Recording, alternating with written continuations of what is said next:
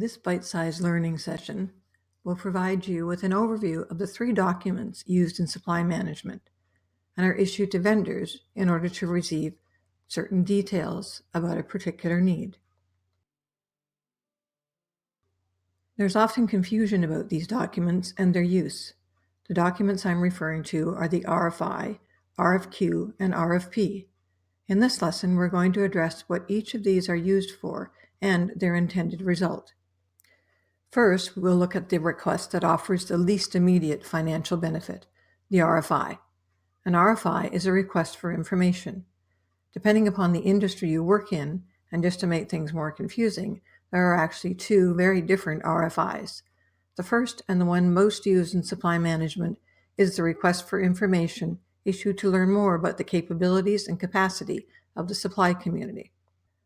This type of RFI follows the same format as those used for price comparison, but a request for information is not used for pricing, or in most cases even delivery information. They are also not used for obtaining competitive bids. Because of that, and because a vendor may mistake it for a true bid, it's very important when issued that there are clear statements that address the intent of the RFI, and that it is used for information purposes only, and that there is no intent for any order, contract, or agreement to be issued subsequent to the information being provided by any vendor. The value an RFI offers is detailed information about what vendors in a specific area, location, or category can provide. Ideally, an RFI identifies the general requirements or expectations of the organization. The RFI can be very useful where there is little known about various vendors for specific products, goods, or services, either by location or geographical reach. It is also helpful in cases where there are large numbers of potential bidders. The RFI can help to narrow the field for the bidders list, which in turn will reduce the time and costs involved in evaluating bids by ensuring that the bid participants are aligned with the needs of the buying company. The RFI is also used to gather basic information for the purposes of developing a database of qualified bidders for future use. It is important to ask for information that does not require a vendor to do more than provide details and information that is readily available and that will not have a financial burden in providing.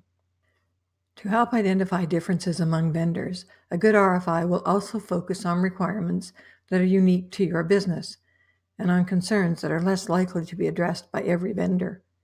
Vendors are usually asked to submit their proposals in a standard format in order to make comparisons easier. The second type of RFI is used in construction.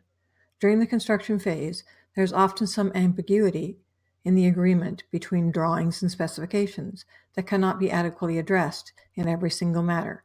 Therefore, the purpose of this request for information is to act as a mechanism to resolve these subtle ambiguities early in the construction process.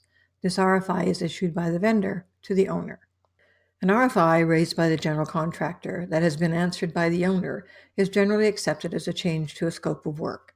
Should the response to the RFI lead to additional work during the construction process, the RFI may lead to a change order to the contract value through a formal claim process based upon the result of the RFI.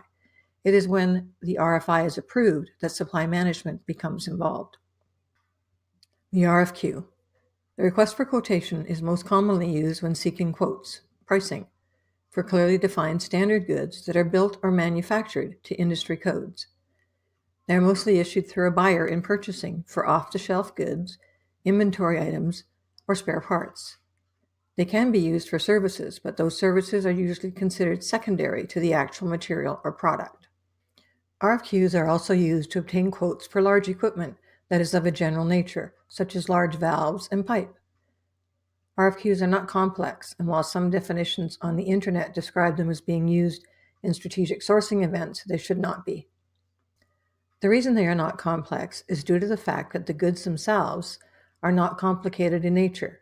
The stipulation for an RFP is that these items are standard manufacture items that do not require specific information or modifications beyond the manufacturer's normal process. Pricing templates are used in RFQs because it makes it easier to compare bids and identify the appropriate vendor when everyone submits their pricing in the same format. They are also useful in that they can be used as part of an ensuing purchase order, which helps to reduce errors in the transfer of information.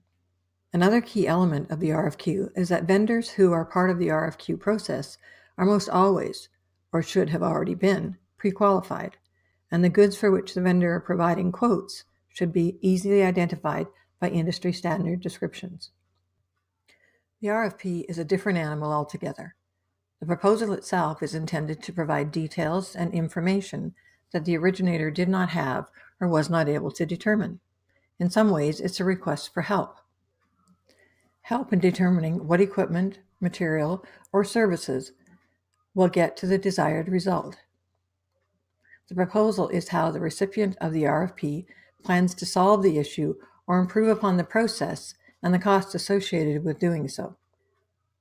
That one sentence demonstrates how important it is to clearly set out what the requirements are in the RFP documents. There are three critical elements to an RFP. Scope of work being the first and most important, second, terms and conditions, and third, compensation.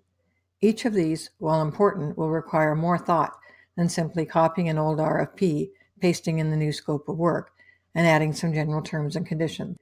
The RFP is also more often than not a document issued in a strategic sourcing or potentially category management initiative, although they can be issued for much less arduous events. For example, they can be issued for a complex piece of equipment, such as equipment skids or specialty services, from construction to maintenance or IT. The goal of these can be twofold. One, to purchase a solution from a qualified vendor, and/or to create a long-term arrangement. Another element of an RFP is that while the organization's general terms and conditions are included, it is anticipated that these will change or be supplemented subsequent to negotiations with the selected vendor. Therefore, unlike the RFI and the RFQ, the RFP has many more integral parts that need to be addressed.